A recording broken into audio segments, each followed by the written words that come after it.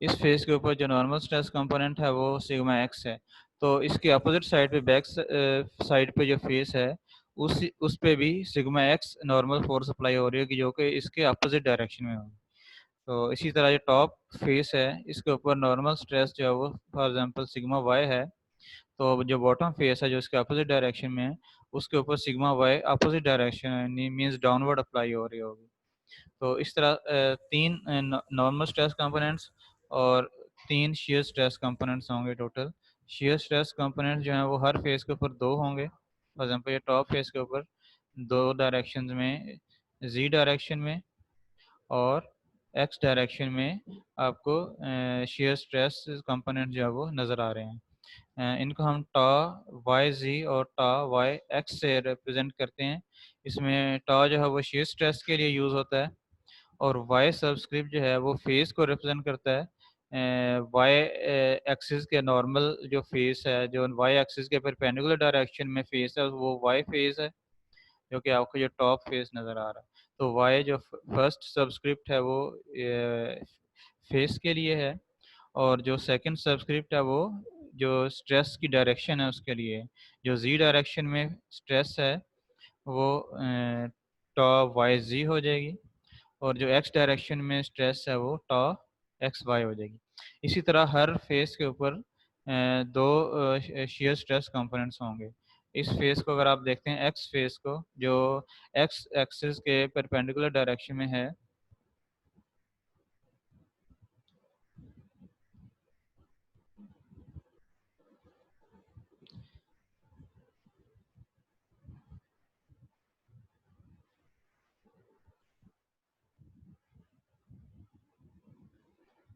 कि x direction के perpendicular x face के एक्स एक्सिस के परपेंडिकुलर डायरेक्शन में जो फेस है इसके ऊपर जो स्ट्रेस कंपोनेंट्स हैं वो टॉ एक्स जी और टॉ एक्स वाई होंगी। X for face, X face है और Z for direction of stress. Z axis में जो स्ट्रेस है वो टॉ एक्स जी हो जाएगी और वाई डायरेक्शन में जो स्ट्रेस है वो टॉ एक्स वाई हो जाएगा। अब इसमें टॉ एक्स वाई और टॉ वाई एक्स ये सेम होंगी। हमने मैकेनिक्स ऑफ मटेरियल में पढ़ा था स्ट्रेस की जो कॉम्प्लीमेंट्री प्रॉपर्टी है कि हॉरिजॉन्टल डायरेक्शन में जो शेयर स्ट्रेस होगी वो उस पॉइंट के ऊपर जो वर्टिकल डायरेक्शन में स्ट्रेस है उसके इक्वल होगी। तो इट मीन्स ये टॉ एक्स वाई और टॉ वाई एक्स जो है वो सेम है। इसी तरह टॉ एक्स जी और टॉ जी एक्स ये सेम होंगे और टॉ जी वाई और टॉ वाई जी ये सेम होंगे। तो इस तरह ये टोटल तीन कंपोनेंट्स बनेंगे, शेयर स्ट्रेस कंपोनेंट्स और तीन ही नॉर्मल स्ट्रेस कंपोनेंट्स होंगे। तो ये एक जनरल स्टेट ऑफ स्ट्रेस है किसी भी एक पॉइंट की।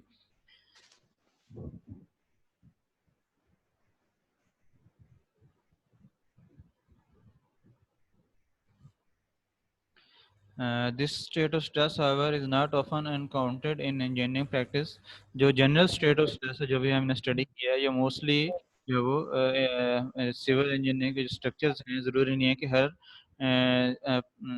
केस में ये स्टेट ऑफ स्ट्रेस जो है वो अवेलेबल हो। मींस पॉइंट के ऊपर ये सारी स्ट्रेसेस अप्लाई हो रही हों। हो सकता है इनमें से कुछ स्ट्रेसेस अप्लाई हो रही हों और कुछ की वैल्यू ज़ीरो हो।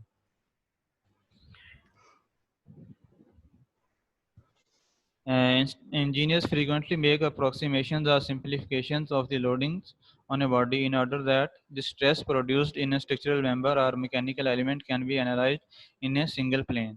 कि मोस्टली जो स्ट्रक्चर्स के ऊपर हम स्ट्रक्चर्स की जो अप्रोक्सीमेशन या सिंप्लीफिकेशंस हम करते हैं उसके अंदर एक सिंप्लीफिकेशन ये भी है कि हम जो लोडिंग है वो एक सिंगल प्लेन में कंसिडर करते हैं।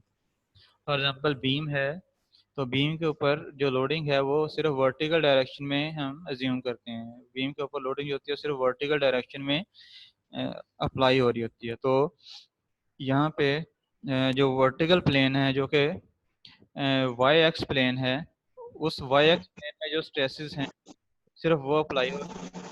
जो बाकी प्लेन्स हैं जी वाई और जी एक्स इन प्लेन्स के में जो स्ट्रेसेस होंगी वो ज़ीरो होंगी। इस तरह यहाँ पे आपको एक ये स्ट्रक्चर नज़र आ रहा है, एक प्लेट एलिमेंट है, इसके ऊपर डिफरेंट फोर्सेस अप्लाई हो रही हैं, वो एक ही प्लेन के अंदर हैं। जो हमने एक्सिस कंसिडर किए हुए हैं, उनमें एक्स वाई प्लेन के अंदर जो सारी फोर्सेस अप्लाई हो रही हैं वर्टिकल और हॉरिजॉन्टल डायरेक्शन में, जी कोई फोर्स अप्लाई नहीं हो रही। ठीक है, ये जी डायरेक्शन है, जी डायरेक्शन में यहाँ पे कोई फोर्स अप्लाई नहीं हो रही। तो इस केस में जो स्टेट ऑफ स्ट्रेस होगी, जी डायरेक्शन की जो स्ट्रेसेस हैं वो जी एक्सिस के अलोंग पैरेलल जो स्ट्रेसेस लग रही हैं, जो कि यहाँ पे आप देख सकते हैं सिग्मा जी है, एक normal stress in Z direction का, एक्स जी है का, वाई है, ये स्ट्रेसेस जो होंगी ये एब्सेंट होंगी अगर लोडिंग की कंडीशन जो है वो ये वाली है।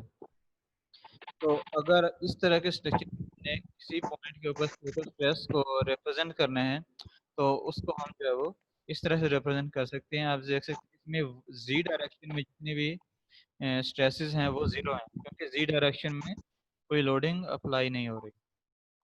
तो इस तरह की स्टेट ऑफ स्ट्रेस को हम स्टेट ऑफ प्लेन स्ट्रेस कहते हैं। स्ट्रेसेस सारी एक ही प्लेन के अंदर अप्लाई हो रही हैं। जो परपेंडिकुलर प्लेन है, जो कि जी प्लेन था, उसमें स्ट्रेसेस जो हैं वो ज़ीरो हैं। तो इस तरह मोस्टली हमारे पास जो केसेस होते हैं स्ट्रक्चर्स में, उनमें ये स्टेट ऑफ स्ट्रेस जो है वो एग्जिस्ट कर रही होती है, इसको हम स्टेट ऑफ प्लेन स्ट्रेस कहते हैं। जी एक्सिस की जितनी भी स्ट्रेसेस हैं वो एब्सेंट हैं, वो ज़ीरो हैं। For example if there is no load on the surface of body, इसमें जो अभी मैंने एक्सप्लेन किया वो सारा कुछ क्या वो वर्डिंग में लिखा हुआ है, आप पढ़ लीजिएगा।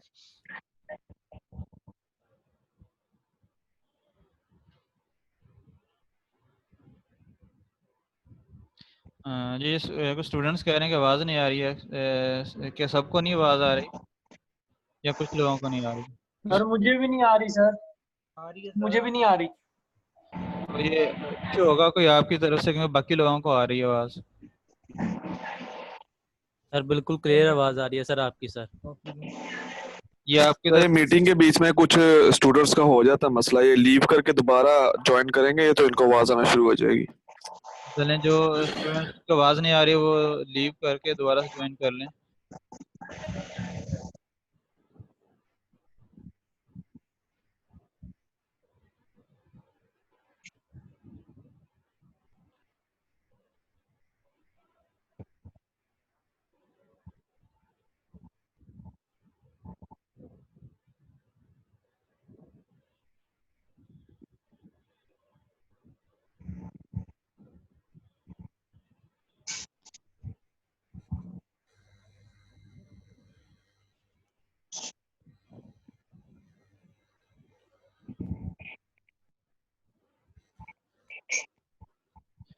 क्या जिनको आवाज़ नहीं आई वो रिकॉर्डिंग अवेलेबल होगी, आप रिकॉर्डिंग देख लीजिएगा, हम जब आगे प्रोसीड करते हैं।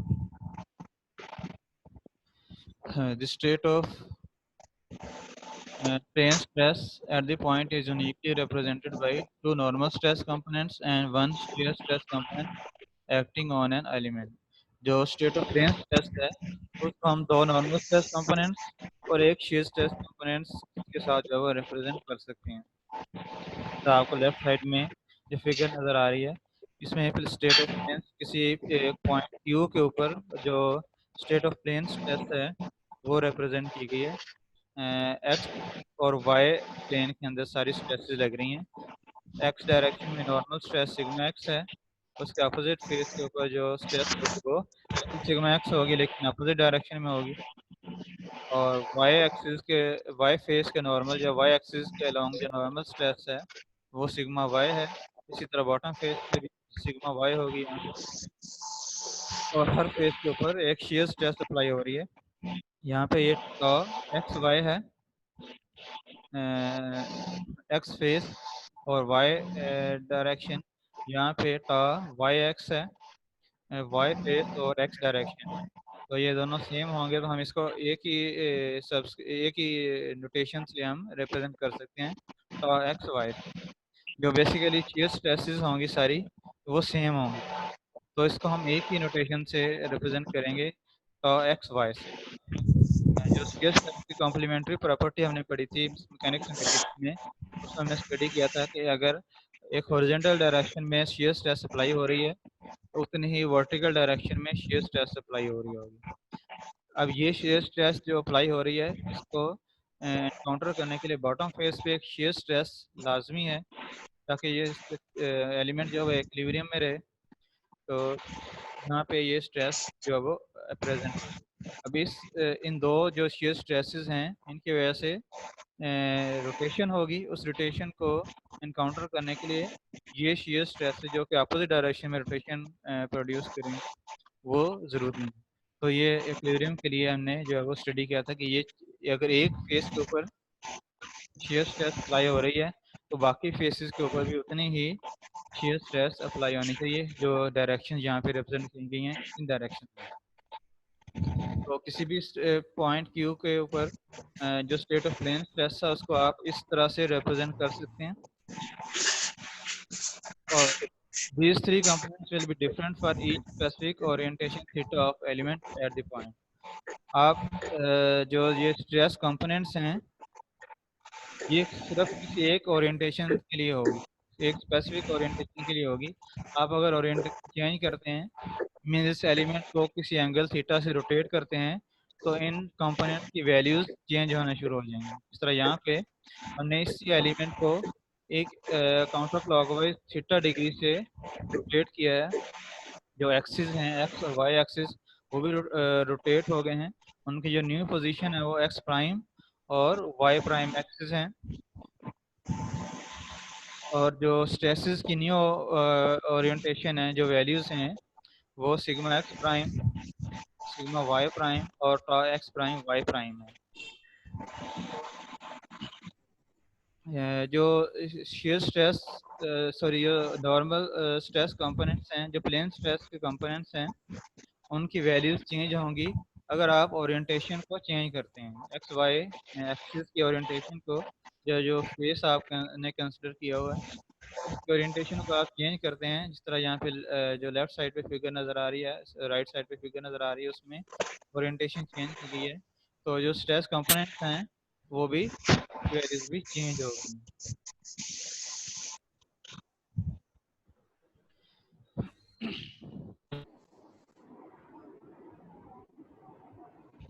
If the state of stress a point is known for a given orientation of an element of material, then the state of stress in an element having some other orientation theta can be determined using following procedure।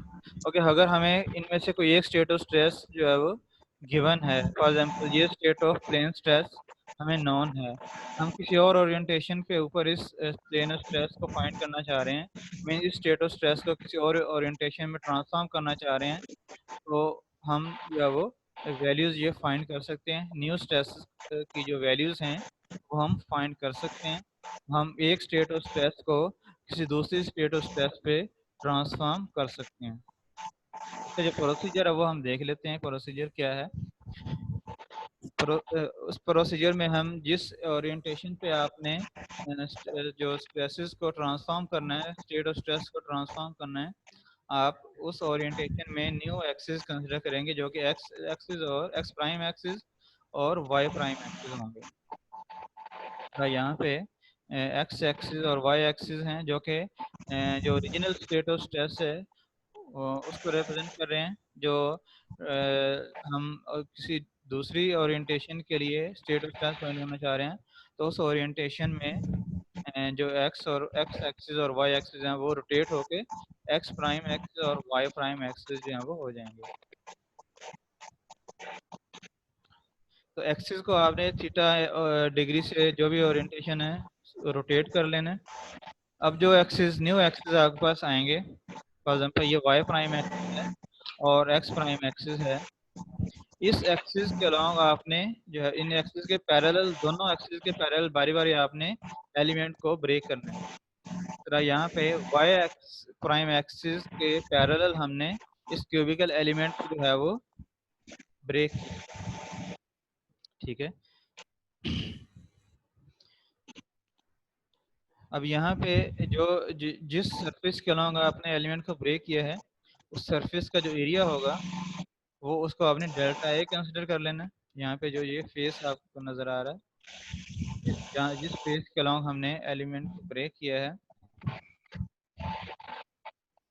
उसका area delta A है। ठीक है, axis जो original axis थे वो भी हमने draw कर दिए हैं इस पे, और जो न्यू एक्सिस हैं, जो थीटा ओरिएंटेशन के एक्सिस हैं, रोटेशन के बाद जो एक्सिस हैं वो भी हमने ड्रा कर लिए हैं। वाई एक्सिस जो है वो इस केस में जो इस प्लेन पे हमने ब्रेक किया उस प्लेन के पैरेलल है, और एक्स एक्सिस जो है वो ऑब्वियसली उसके परपेंडिकुलर डायरेक्शन में होगा। तो यहाँ पे हमने जो एरिया है डेल्टा ए, जो कि इंक्लाइन सरफेस का एरिया है, जिस सरफेस के अलॉन्ग हमने ब्रेक किया है एलिमेंट को, उस एरिया को हमने कंपोनेंट्स में डिवाइड कर लिया, हॉरिजॉन्टल कंपोनेंट और वर्टिकल कंपोनेंट। इसमें वर्टिकल कंपोनेंट अगर आप थीटा ये वाला लेते हैं, ठीक है, तो ये कंपोनेंट आपके पास डेल्टा ए कॉस थीटा हो जाएगा, और जो बॉटम फेस का एरिया है वो एरिया कंपोनेंट आपके पास डेल्टा ए साइन थीटा हो जाएगा। इस तरह से फर्स्ट स्टेप में आपने एरिया कंपोनेंट फाइंड करने हैं।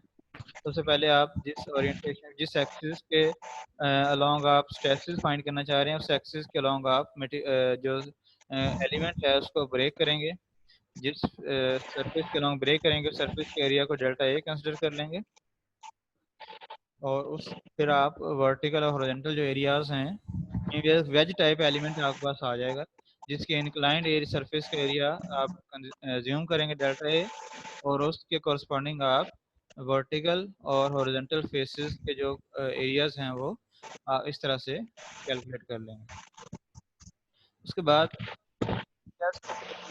अप्लाई हो रहे हैं उनको आप फोर्स की फॉर्म में अप्लाई करें। बी फिगर में आपको नजर आ रहा है, जितनी स्ट्रेसेस अप्लाई हो रही थी उनको हमने फोर्स की फॉर्म में, मीन्स एरिया से मल्टीप्लाई करके हमने अप्लाई कर दिया। इस तरह ये आपके पास जो है वो स्ट्रेस कंपोनेंट्स हैं, सिग्मा एक्स और सिग्मा टा एक्स वाई। ये दो स्ट्रेस कंपोनेंट्स वर्टिकल फेस पे अप्लाई हो रहे थे, इनको हमने फोर्स की फॉर्म में अप्लाई कर दिया। सिग्मा एक्स को भी एरिया से मल्टीप्लाई करके अप्लाई कर दिया, और जो शेयर स्ट्रेस थी टा एक्स को भी एरिया से मल्टीप्लाई करके फोर्स की फॉर्म में अप्लाई कर दिया। इसी तरह जो बॉटम फेस है उसके ऊपर सिग्मा वाई और टा एक्स वाई अप्लाई हो रही है। सिग्मा वाई को एरिया से मल्टीप्लाई कर दिया इस फेस के एरिया से, और टा एक्स वाई को भी इसी फेस के एरिया से मल्टीप्लाई कर दिया। और जो थर्ड फेस है, जो कि इंक्लाइंड फेस है, जिसके अलोंग आपने जो है वो ब्रेक किया है, उस पे जो स्ट्रेसेस हैं वो अननोन हैं, वो आप जो है वो अननोन स्ट्रेसेस को जो एक्स प्राइम एक्सिस के अलोंग जो स्ट्रेस है उसको सिग्मा एक्स प्राइम ले लेंगे, और फेस के पैरेलल डायरेक्शन में जो स्ट्रेस होगी वो शेयर स्ट्रेस होगी, जो टा एक्स प्राइम वाई प्राइम इसको लेंगे। तो इन दोनों स्ट्रेसेस को भी रिस्पेक्टिव एरिया से मल्टीप्लाई करके हमने अप्लाई कर दिया है इस एलिमेंट के ऊपर। अब इस एलिमेंट के, इस वेज टाइप एलिमेंट के ऊपर जितनी भी फोर्सेस अप्लाई हो रही थी ओरिजिनल स्ट्रक्चर में, ओरिजिनल एलिमेंट के अंदर, वो हमने अप्लाई कर दी हैं। अब इस एलिमेंट के लिए आप जो है वो इक्वेशंस ऑफ एक्विलिब्रियम लिखेंगे। इक्वेशंस ऑफ एक्विलिब्रियम जो है वो लिखेंगे तो आपके पास अननोन जो स्ट्रेसेस हैं, जो कि यहाँ पे हमारे पास सिग्मा एक्स प्राइम और टा एक्स प्राइम वाई प्राइम हैं, जो कि वो स्ट्रेसेस हैं जो कि रोटेटेड ओरिएंटेशन के स्ट्रेसेस हैं, वो आपके पास आ जाएंगे। रिलेटेड हम एक एग्जांपल सॉल्व करते हैं। आपने एक स्टेट ऑफ स्ट्रेस को दूसरी ओरिएंटेशन पे कैसे ट्रांसफॉर्म करना है। The state of stress, a plane stress at a point on the surface of an airplane whose lag is represented by on the element oriented as shown in figure.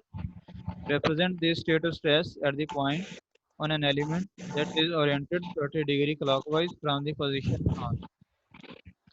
एक state of stress given है, ठीक है, आपका जो state of stress given है उसके अंदर एक एलिमेंट गिवन है, एलिमेंट के सारे फेसेस के ऊपर नॉर्मल और शेयर स्ट्रेस कंपोनेंट अप्लाई हो रहे हैं। यहाँ पे 80 इस फेस की बात करें तो 80 मेगापास्कल की स्ट्रेस जो है वो इनवर्ड डायरेक्शन में अप्लाई हो रही है, और इसी फेस के ऊपर जो shear स्ट्रेस कंपोनेंट है वो 25 मेगापास्कल डाउनवर्ड डायरेक्शन में है।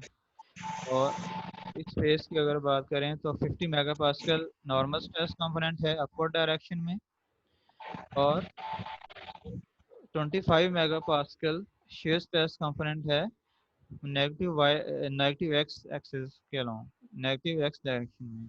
shear स्ट्रेस बेसिकली सेम होंगी, तो एक फेस के ऊपर आपको वैल्यू गिवन होगी, बाकी फेसेस के ऊपर वैल्यूज जो हैं वो वही होंगी जो आपको गिवन है। नॉर्मल स्ट्रेस की दो वैल्यूज गिवन होंगी, एक एक्स एक्सिस के अलोंग और एक वाई एक्सिस के अलोंग।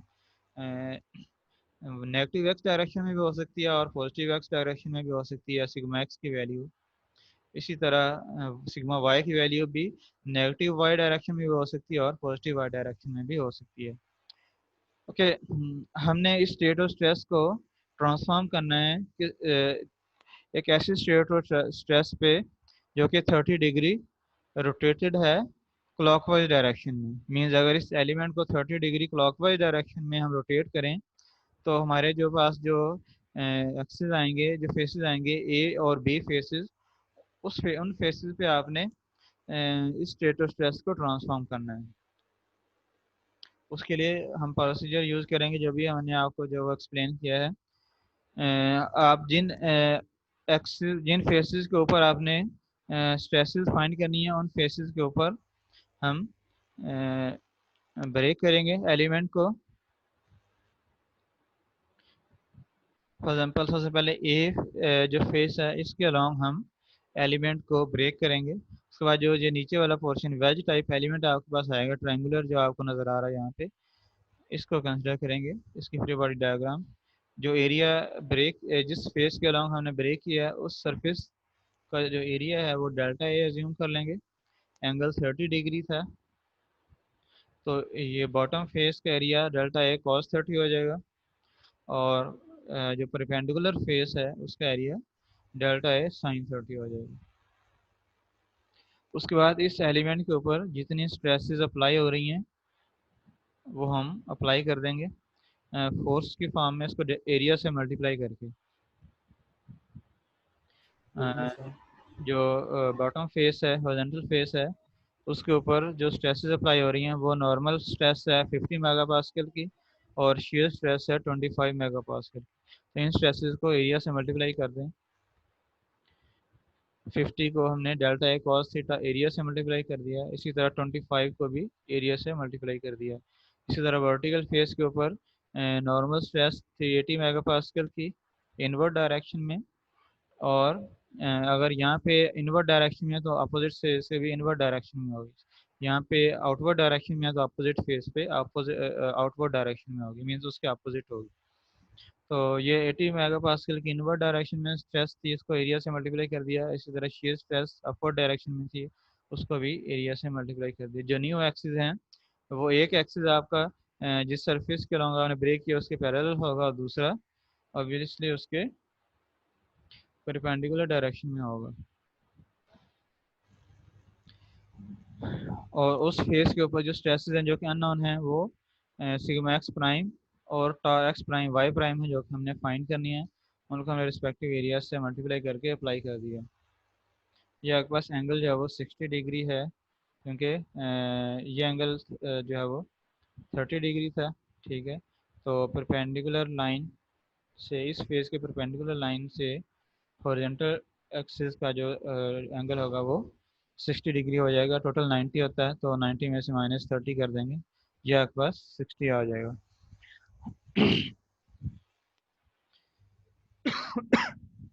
अब इस एलिमेंट के ऊपर जितनी फोर्सेस अप्लाई हो रही थी वो हमने अप्लाई कर दी हैं। इसके लिए हम एक्विलिब्रियम इक्वेशंस लिखते हैं। एक्विलिब्रियम इक्वेशंस आपने जो लिखनी है वो जो न्यू एक्सिस हैं जो कि एक्स प्राइम एक्सिस और वाई प्राइम एक्सिस हैं उनके पैरेलल उनके अलोंग आपने लिखनी है। एक्स प्राइम एक्सिस के अलावा जो फोर्सेस लग रही हैं उनको सम जो है वो 0 के इक्वल लेते हैं। सबसे पहले sigma X prime delta A है। ठीक है, ये sigma X prime delta A, ये एक्स प्राइम एक्सिस के अलावा फोर्स लग रही है, ये आ गया आपका पॉजिटिव के साथ। उसके बाद 50 डेल्टा ए cos 30, ये आपके पास ये इस फेस के ऊपर जो वर्टिकल डायरेक्शन में स्ट्रेस फोर्स अप्लाई हो रही है, इसका वो कंपोनेंट आपने कंसिडर करना है जो एक्स प्राइम एक्सिस के पैरेलल लग रहे हैं। तो एक्स प्राइम एक्सिस के पैरेलल कंपोनेंट फाइंड करने के लिए जब हम इसको मल्टीप्लाई करेंगे cos ऑफ 30, ये आपके पास 30 डिग्री है, एंगल है ये वाला एंगल। ये अगर आप एक rectangle right angle triangle consider करते हैं तो ये हाइपोटेन्यूस है, ये बेस है, एंगल के साथ वाली जो साइड है वो बेस है, उसके सामने वाली साइड जो है वो ये वाली साइड ये परपेंडिकुलर है। तो बेस फाइंड करने के लिए हम क्या करेंगे, force hypotenuse multiply by cos 30। 50 delta है cos 30 हाइपोटेन्यूस है, इसको cos 30 से मल्टीप्लाई कर दिया हमने। तो ये आपके पास एक्स प्राइम एक्सिस के अलॉन्ग फोर्स कंपोनेंट आ गया।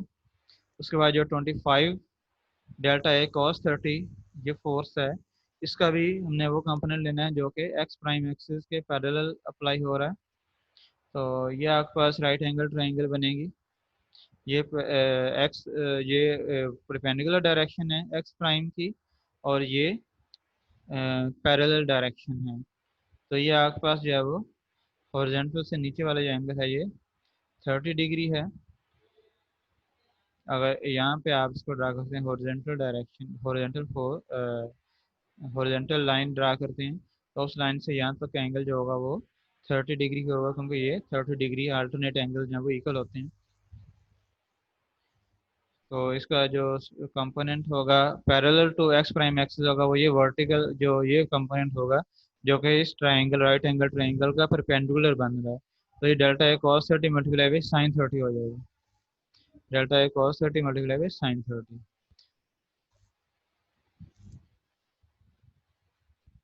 उसके बाद 80 डेल्टा ए साइन 30 ये वाली फोर्स है जो कि ये इनवर्ड डायरेक्शन में लग रही है। इसके ऊपर इसके जो इसका कंपोनेंट एक्स प्राइम एक्सिस के पैरेलल लग रहा होगा वो ये वाला कंपोनेंट होगा जो इस ट्रायंगल के राइट एंगल ट्रायंगल का परपेंडिकुलर बन रहा है।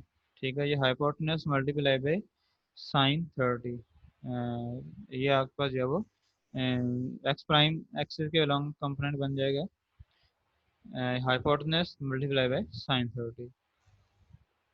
उसके बाद 25 डेल्टा ए cos 34 से ये अपवर्ड डायरेक्शन में लग रही है परपेंडिकुलर डायरेक्शन में, तो इसका वो कंपोनेंट जो सॉरी ये फोर्स है 25 delta A sine 30 vertical direction में, इसका वो कंपोनेंट जो कि एक्स प्राइम एक्सिस के पैरेलल लग रहा है वो ये वाला कंपोनेंट है जो कि इस राइट एंगल ट्रायंगल की बेस है।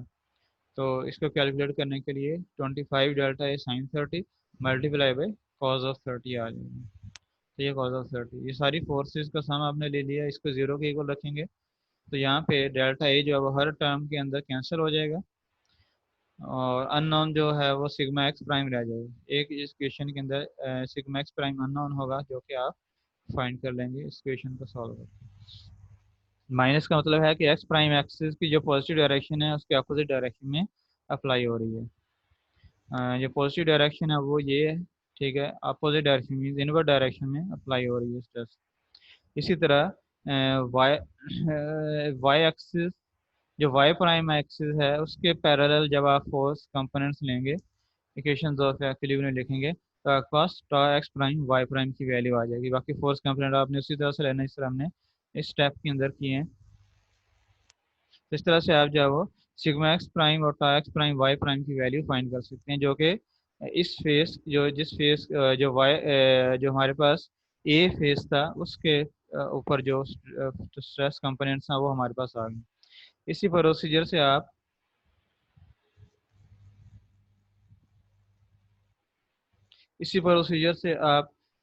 जो बी फेस है बी फेस की फोर्सेस स्ट्रेसेस फाइंड करेंगे।